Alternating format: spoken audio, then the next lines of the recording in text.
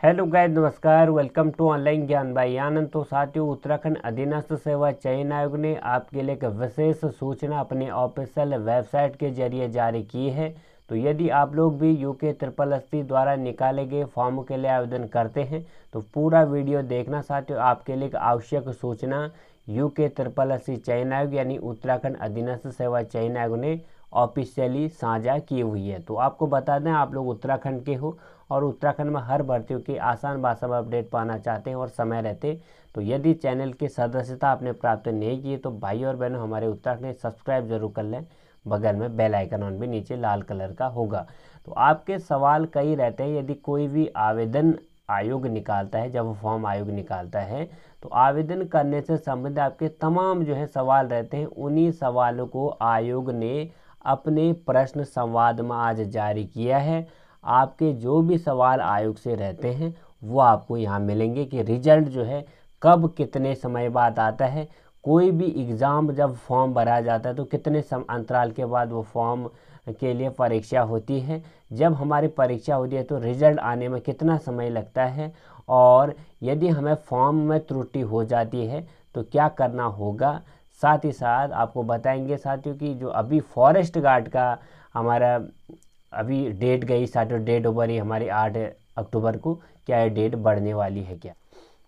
तो सबसे पहला सवाल रहता है आप लोगों का आयोग से, यदि हमारा कोई फॉर्म गलत हो जाता है या कोई त्रुटि हम आवेदन करने वक्त कर देते हैं आयोग द्वारा निकाले गए फॉर्म पर, तो हमें उसमें क्या एडिट करने का ऑप्शन रहता है। तो आयोग ने बताया है कि यदि आप लोग अपना आवेदन फाइनल सबमिट कर देते हैं तो उसमें शुल्क लगाने के बाद और फाइनल सबमिट हो जाने के बाद आपके फॉर्म में कोई भी करेक्शन नहीं देता है आयोग।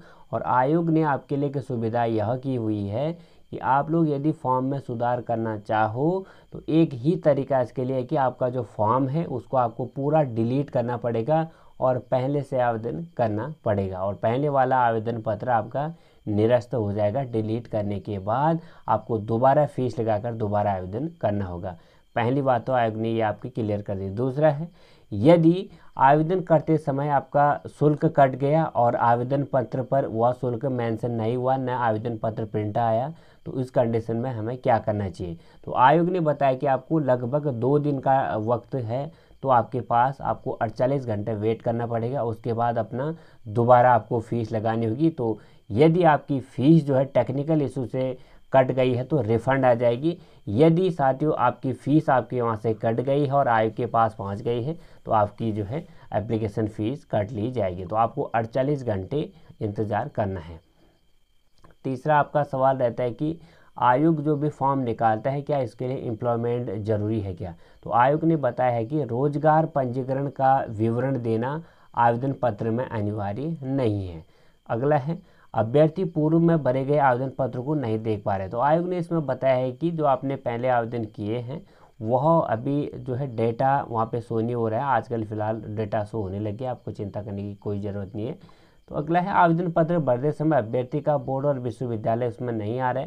तो आयोग ने कहा कि इस कंडीशन में आपको हमारे चयन आयोग @gmail.com पर विवरण भेजा। हम अच्छा लगा, वैध लगा तो वो आपका डिग्री, तो वहाँ पे हम मेंशन कर देंगे, जोड़ देंगे।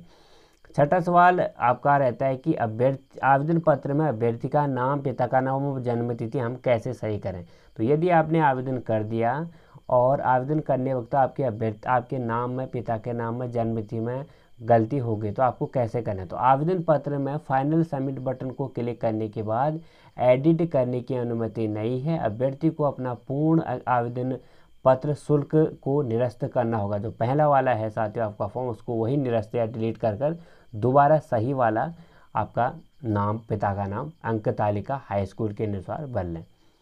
अगला है, क्या अभ्यर्थी OTR में अपना डाटा परिवर्तन कर सकता है। तो हाँ, अभ्यर्थी अपना OTR में परिवर्तन अपडेट के माध्यम से कर सकते हैं।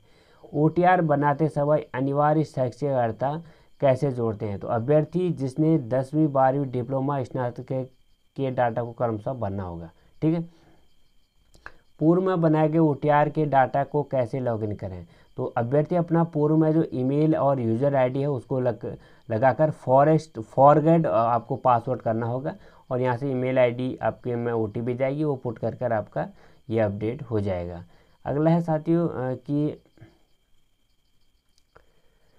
अभ्यर्थी लिखित प्रतियोगी परीक्षा में प्राप्तांक को आयोग की वेबसाइट पर कैसे देख सकता है? तो आयोग द्वारा अभ्यर्थी को आयोग की वेबसाइट पर लिंक उपलब्ध कराया जाता है, जिससे अभ्यर्थी अपना अनुक्रमांक और जो जन्मतिथि है उसको प्रविष्ट कर सकता है। अगला है, अभ्यर्थी द्वारा आवेदन पत्र में गलत श्रेणी या उपश्रेणी का चयन किया गया है तो यदि आवेदन पत्र भरने वक्त आपका कैटेगरी आपने गलत भर दी या उपश्रेणी गलत भर दी तो उस कंडीशन में क्या होगा? तो आयोग का कहना है कि यदि अभ्यर्थी आवेदन पत्र में श्रेणी का गलत चयन करता है तो इसी आधार पर ही आवेदन शुल्क अभ्यर्थी के सामने स्क्रीन पर होगा। तो अभ्यर्थी यदि गलत भरी गई श्रेणी पर निर्धारित शुल्क से कम जमा करता है तो उसका अभ्यर्थन आयोग द्वारा निरस्त कर दिया जाता है।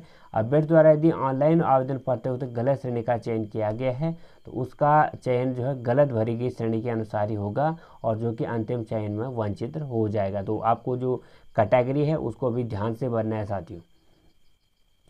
फिर इसमें दे रखा है कि 746 और जो आपका 856 वाला एग्ज़ाम हो कब तक होगा, जो वीडियो वाला है। तो आयोग ने कहा कि सितंबर से दिसंबर माह तक ये सारे एग्ज़ाम हो जाएंगी। तो उससे ये 746 वाले की तो तिथि 31 अक्टूबर है और ये 856 वाले की नवंबर में प्रस्तावित है। अगला है, क्या यूके SSSC के विज्ञापनों के लिए आवेदन करने के लिए रोजगार कार्यों पर पंजीकरण करना अनिवार्य है? तो एम्प्लॉयमेंट की वैधता आपको नहीं है, हाई स्कूल इंटर आपको उत्तराखंड बोर्ड से होना चाहिए। यूके SSSC द्वारा किसी विशेष रूप से प्राप्त आवेदकों की संख्या पता कैसे लगाएं? तो यूके SSSC द्वारा जब किसी विशेष पद के लिए प्राप्त आवेदकों की संख्या कैसे लगाएं? तो मेल के माध्यम से आप लोग कितने आवेदन हुए वो प्राप्त वहाँ पे नहीं कर सकते। मैं अपने आवेदन में गलतियों को कैसे सुधारूं? तो इसके लिए है कि साथियों आवेदन की अंतिम तिथि से पहले उम्मीदवार रद्द कर सकता है या फिर आवेदन कर सकता है, तो आपको ध्यान देना है। तो EWS प्रमाण पत्र की वैधता कितनी है? तो EWS प्रमाण पत्र की वैधता एक वित्तीय वर्ष के लिए है, जब आपका सर्टिफिकेट बना है उसके 1 साल बाद यानी 31 मार्च तक वह वैलिड होगा। विज्ञापनों के लिए आवेदन करने के लिए प्रमाण पत्र की तिथि क्या होनी चाहिए? यदि आप विज्ञापन भरते हो साथियों तो उसके लिए प्रमाण पत्र की तिथि क्या होनी चाहिए?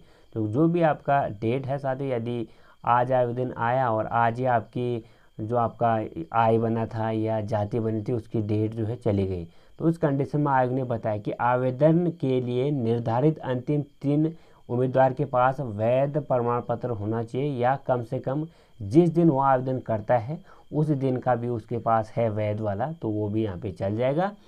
लिखित परीक्षा के बाद परीक्षा परिणाम आने में कितना आमतौर पर समय लगता है? यदि आपका CBT यानी कंप्यूटर बेस्ड टेस्ट है तो 3-4 महीने आपके एग्ज़ाम रिजल्ट आने में, और ऑफलाइन में है तो 7-8 महीने तो आपके परिणाम घोषित आने में लगते हैं, आयोग ने बता रखा। तो टाइपिंग टेस्ट का भाषा क्या है? तो वो तो खैर विज्ञापन में उल्लेख होगा। अगला है साथियों कि सामान्य सीट के विरुद्ध आरक्षित वर्ग के उम्मीदवार का चयन कब किया जा सकता है? जब उसके अंक सामान्य कट ऑफ से अधिक हो तो उसके चयन के लिए किसी भी चरण के दौरान अपनी श्रेणी के आधार पर किसी भी छूट का लाभ नहीं उठाया हो। तो क्या लिखित परीक्षा से पहले शारीरिक परीक्षा होगी? ये तो खैर फॉर्म की बात है साथियों, आवेदकों की संख्या पर आधारित है। तो इस तरह से आपके छोटे छोटे सवाल हैं, आपको ये सवालों को देखना है तो इसी वीडियो के डिस्क्रिप्शन बॉक्स में जाएगा, लिंक है, वहाँ से आप लोग देख लीजिएगा। तो धन्यवाद साथियों। उत्तराखंड की हर भर्ती अपडेट और अन्य भर्तियों की अपडेट लेकर मैं आनंद मैंने आपके सम्मुख मिलूंगा एक बार फिर से। धन्यवाद। God bless.